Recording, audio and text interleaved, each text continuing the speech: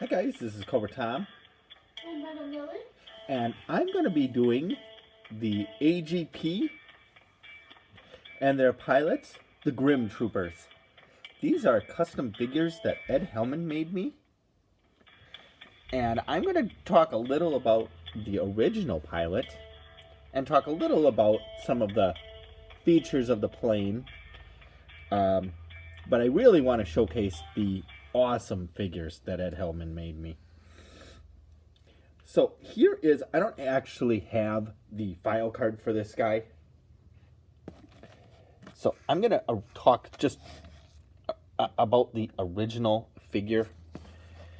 And as you can see, and maybe you can't, it's kind of tough to see, but he's got this very almost alien style, and he even has this almost alien writing on his chest, almost like ancient writing on there. And the only real color that actually the Iron Grenadiers have is the black here, and its gun and its holster is backwards, so you would think that he'd reach over with his left hand and draw his gun, making me think that he was maybe left-handed, but I don't really know. I'm not sure what this patch, or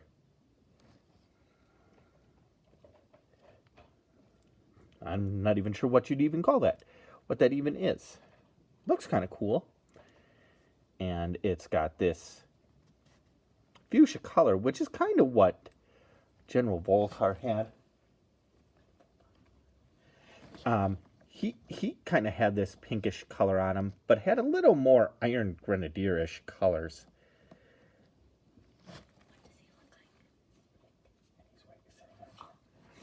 And he's got this kind of cool flight suit type tubing on him, which is like air pressurization. So yeah, so here we go. Thank you, Venom Lily. So this is kind of where they get the color scheme from, the pinkish color. But that's not actually the team he was originally supposed to be on. In 1987, G.I. Joe had the movie. And if you flip this cool visor up, which is, I'm not even sure what kind of texture to even tell you that is. That's a very cool kind of feel to it. And if you open it up and look at him, he's got this very long chin, and it's got this curvy thing. Well, that's supposed to be, they changed that. Those were supposed to be like big snake fangs, and he was supposed to come out, and he was actually a part of, originally going to be a part of Cobra-La. So since he was supposed to be a part of Cobra-La, and since he's not really an Iron Grenadier, even though he actually is, because when they made the toys and everything, he was supposed to go into the A.G.P. But I always just put him with Cobra-La. So we open up the cockpit.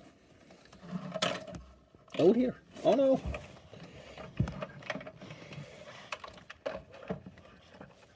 That wasn't supposed to happen.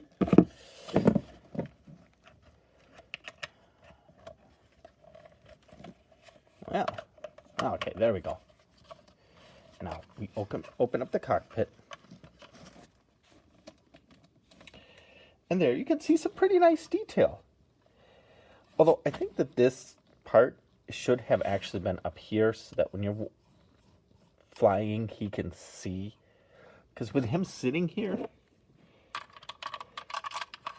how is he supposed to see the instruments? And while I would never tell you to put the hands onto the joysticks at all, it does close, but if you're flying around, you have to, he always seems to like slide forwards because there's quite a lot of room in the cockpit, if I can kind of show you that. There's a lot of room down there and a lot of space for the figure to slide in. So when you're playing with him and you put him, like you're supposed to, into the seat and have him sitting down, what I try to do is not on the joysticks, but as you can see, kind of above them, and I squeeze his arms as far apart as I can and put his helmet down and push him back and then shut it. Well, then he kind of fits, but then it really doesn't close very well. But that's the way I found, if you're going to actually stick with the actual A.G.P pilot, which I think are called nullifiers. I don't actually have the file card, so I can't remember. Ed Hellman made me some new figures anyway, so I was just going to use them.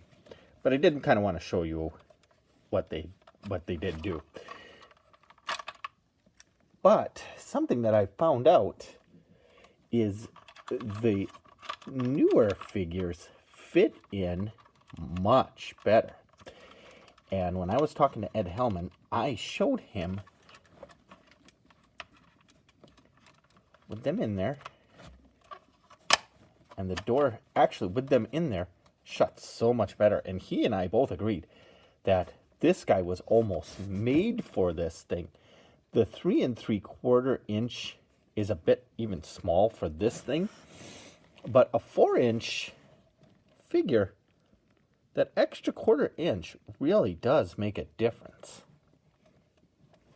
And that helps fit in there. And look, the hands are made differently, and I can even put, which I would never recommend, but the hands on the newer style figures on the 25th anniversary and above have more soft hands, a little more pliable hands. And look, if you can see that, they actually go on the joystick so much better. And their hands are soft enough that I don't feel like I'm going to worry about them breaking.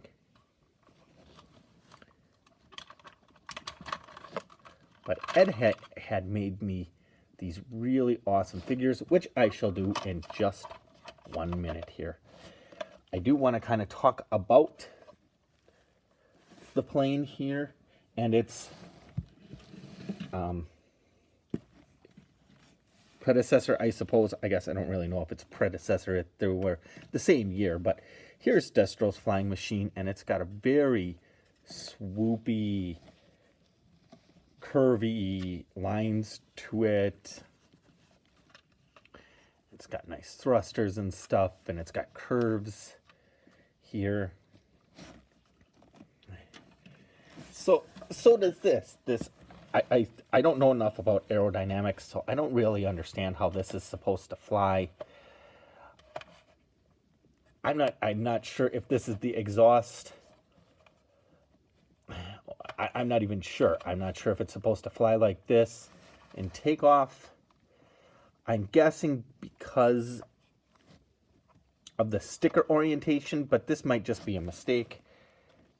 And that's just how it was made. This is air intakes, I think, and this is where the thrust comes out. And this is your, I don't know even what they call these. I'm really bad. I really don't know much about aerodynamics. I think it's really cool, but I don't know anything about them. But this is your kind of like your directional. And it comes in and you fly like this. And to take off and land, it's a VTOL, so it's like this. So you take off, and then he can move these things in a direction. And the one little thing that you do, if you're going to get one of these, and they're still, they're a little expensive, but if you want to get one, they're really cool. The tiny thing you do have to worry about if you put this together is that this and this are connected to one piece. There's a bar that runs through there, and I haven't seen any really with a broken, and mine are actually really good, and they turn real nice. I would just be careful playing with it and moving it and kind of doing stuff that you just don't wreck the plastic in here. This red seems to be good. This was all red. If it would have been gold, I'd have been a little more worried about that because the gold plastic that they used tended to get brittle and break. But this stuff has actually seemed to be pretty good, so I can't complain. And you got your nice machine guns here, which I'm assuming the ammunition would be here and it fed into the gun.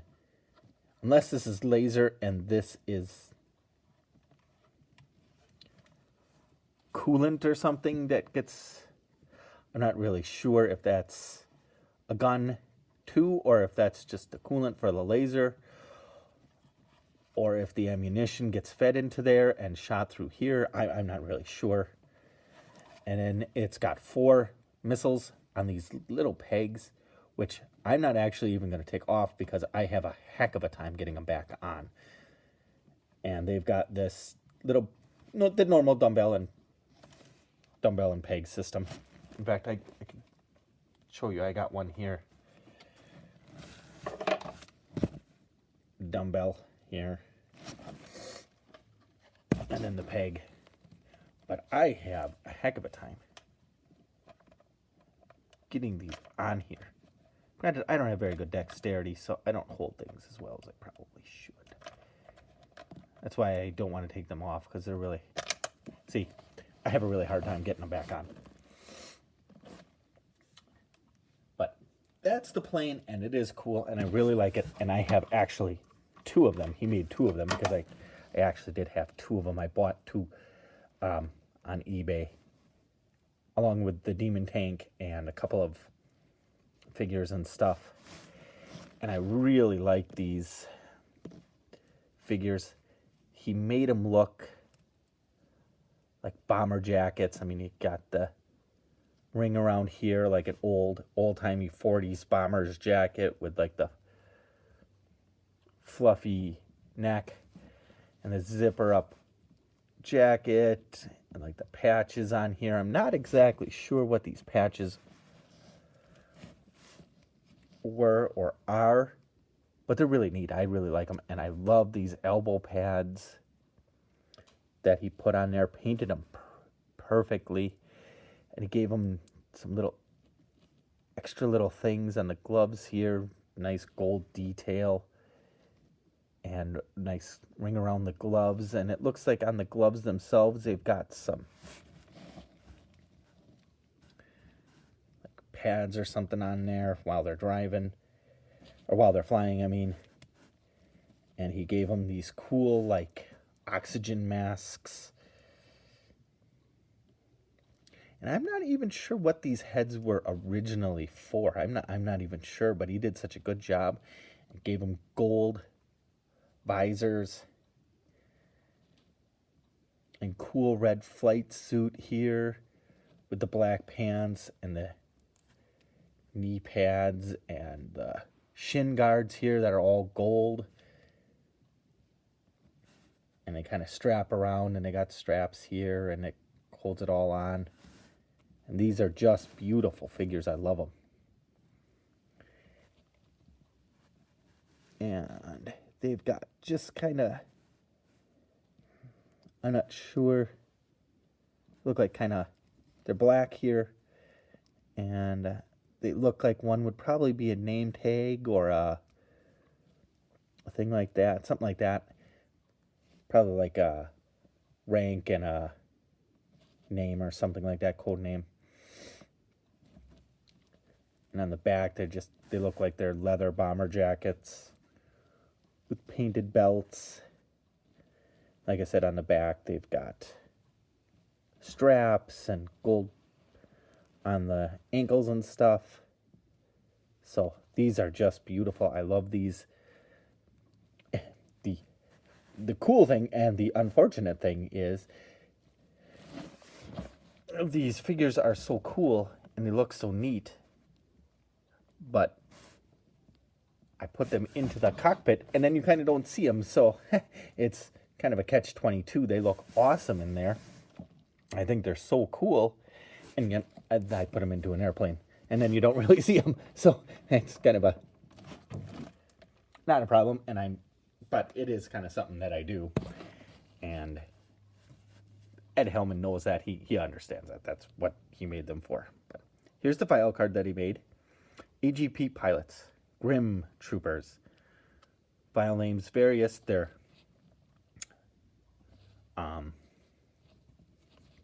army builders. They're not really individuals. Although, of course, they really are individuals. But you understand what I mean by army builders. Primary military specialty, gravity-resistant pilots. Secondary military specialty, space mechanics. And birthplace are various. Piloting the complex anti-gravity pods is no easy task. After the most recent assault on Castle Destro, the nullifiers were sent space mechanic to repair the fleet. Once the pods were operational, Destro demoted the nullifiers and trained the mechanics to take their place. These new gravity-resistant iron mechanics know the insides and outs of their crafts. After all, they created them. Should a pod take a hit in flight, any one of the G.R.I.M troopers is more than qualified to fix the damage, saving precious time that could be spent pummeling G.I. Joe forces. The only downside is that Voltar is forced to listen to their technical geek inside jokes over the radio. No one has any idea of what they are laughing about. And when he says General Voltar, this is a perfect opportunity to bring General Voltar back.